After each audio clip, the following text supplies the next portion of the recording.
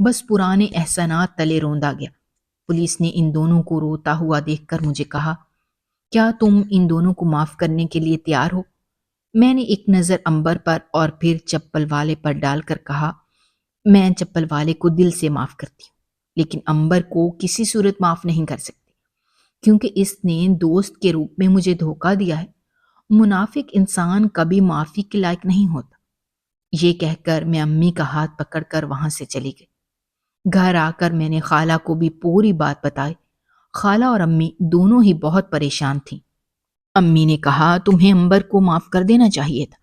میں بولی، دھوکے باز لوگوں کو معاف کر دینے کا مطلب یہ ہے کہ ہم انہیں پھر سے اجازت دیتے ہیں، وہ جو چاہیں کریں، میں کسی صورت اسے معاف نہیں کر سکتی۔ اس نے دوست کے روپ میں دشمنی نبھائی ہے۔ خالہ نے امی کو کہا، چپل والے پر اعتبار کرنے سے میں نے اور ہیرا نے تمہیں منع کیا تھا، لیکن تم اپنی ضد پر قائم رہی۔ بچی اب بڑی ہو گئی ہے، باہر 100 طرح کے لوگ دیکھتی ہے، لوگوں کے رنگ سمجھنے لگی ہے، اس کی بات کو بھی اہمیت دیا کرو۔ خالہ کی بات سن کر امی نے سر جھکا کر کہا، تم ٹھیک کہتی ہو، نیا دور ہے، پرانا دور چلا گیا جب مکان کچے اور دل نرم ہوا کرتے تھے۔ اب تو ہماری سمجھ سے دور عجیب و غریب لوگ پائے جاتے ہیں۔ میری بیٹی بہت سمجھدار ہے، اس نے یہ سمجھداری نہ دکھائی ہوتی تو شاید زیور میرے پاس دوبارہ نہ آتا۔ امی نے مجھے گلے لگا کر پیار کیا۔ اگلے دن ہر اخبار میں یہی خبر تھی کہ مشہور بزنس مین کی بیٹی امبر حوالات میں بند ہے۔ نیوز چینلز اور نیوز پیپرز کو جیسے ایک موضوع مل گیا تھا۔ دھڑا دھڑ خبریں بن رہی تھیں اور امبر خوب بدنام ہو رہی تھی۔ اس نے اپنے کیے کی سزا پا لی تھی، لیکن مجھے اس کی کوئی پرواہ نہیں تھی۔ میں کالج گئی تو ہر کسی کی زبان پر یہی قصہ تھا۔ کئی سٹوڈنٹس نے مجھ سے سوال کرنے کی کوشش کی، لیکن اب معاملہ چونکا قانون کی گرفت میں جا چکا تھا، سو میں نے کوئی جواب دینا مناسب نہ سمجھا اور پڑھائی میں مصروف ہو گئی۔ میں گھر گئی تو امی نے بتایا کہ نئے نئے نمبر سے فون آ رہے ہیں۔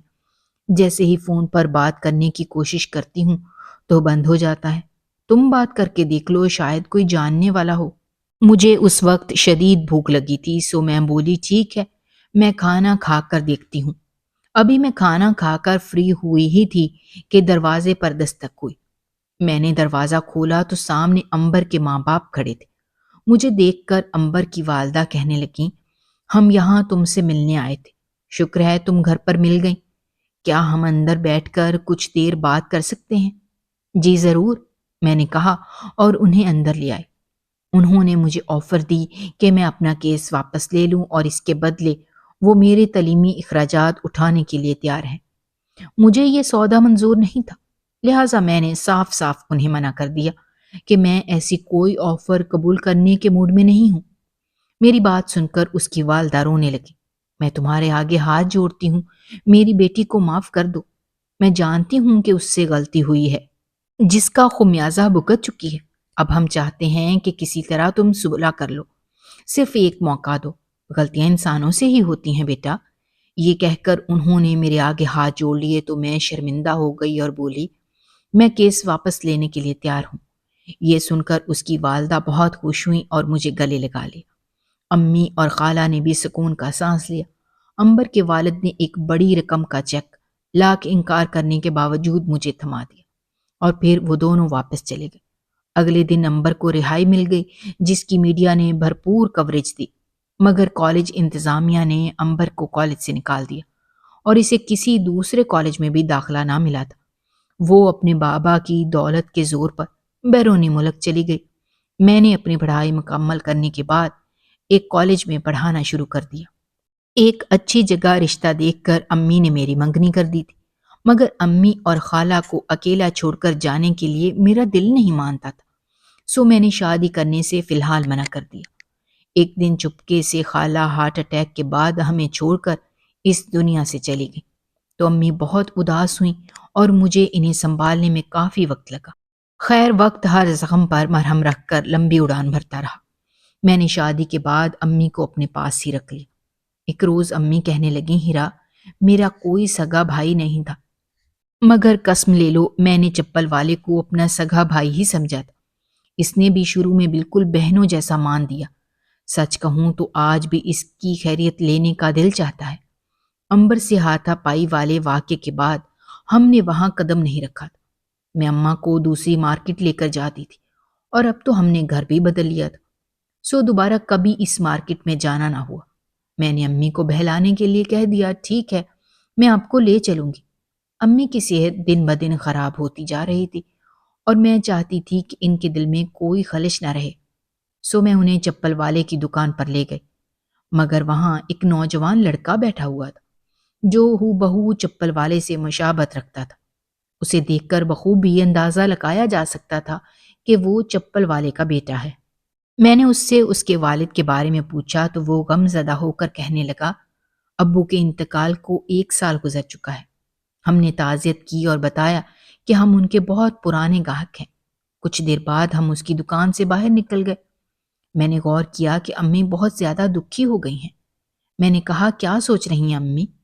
کہنے لگیں، انسان کی اہمیت پانی کے بلبلے جیسی ہے، مگر اس کے باوجود اپنی زندگی کو نہ جانے کن کن دھندوں میں الجھا کر رکھتا ہے۔ خدا بھائی چپل والے کی بخشش کرے، بیچارہ اس دنیا سے ہی چلا گیا۔ 4 دن کی زندگی تھی، مکمل ہو گئی تو چل بسا۔ مگر امی نے بات ادھوری چھوڑ دی تو میں نے پوچھا، مگر کیا امی؟ امی بوجھل سی مسکراہٹ کے ساتھ بولی، مجھے زندگی کا ایک بڑا سبق ملا ہے جسے تو بھی یاد رکھنا۔ دنیا میں منہ بولے رشتے کی کوئی حیثیت نہیں ہوتی۔ دل سے چاہے جتنی بھی محبت ہے، ہاتھ میں خسارے کے سوا کچھ نہیں آتا۔ جو سبق امی کو کئی سال پہلے سکھانا چاہ رہی تھی، آج انہوں نے اعتراف کر ہی لیا تھا۔ میں نے مسکرا کر اس بات میں سر ہلایا اور ہم نے آگے کی طرف قدم بڑھا دیے۔ اگر آپ کو ہماری کہانیاں پسند آ رہی ہیں تو ہمارے چینل کو سبسکرائب کیجیے، ویڈیوز پر کمنٹ کیجیے اور شیئر کیجیے۔ شکریہ۔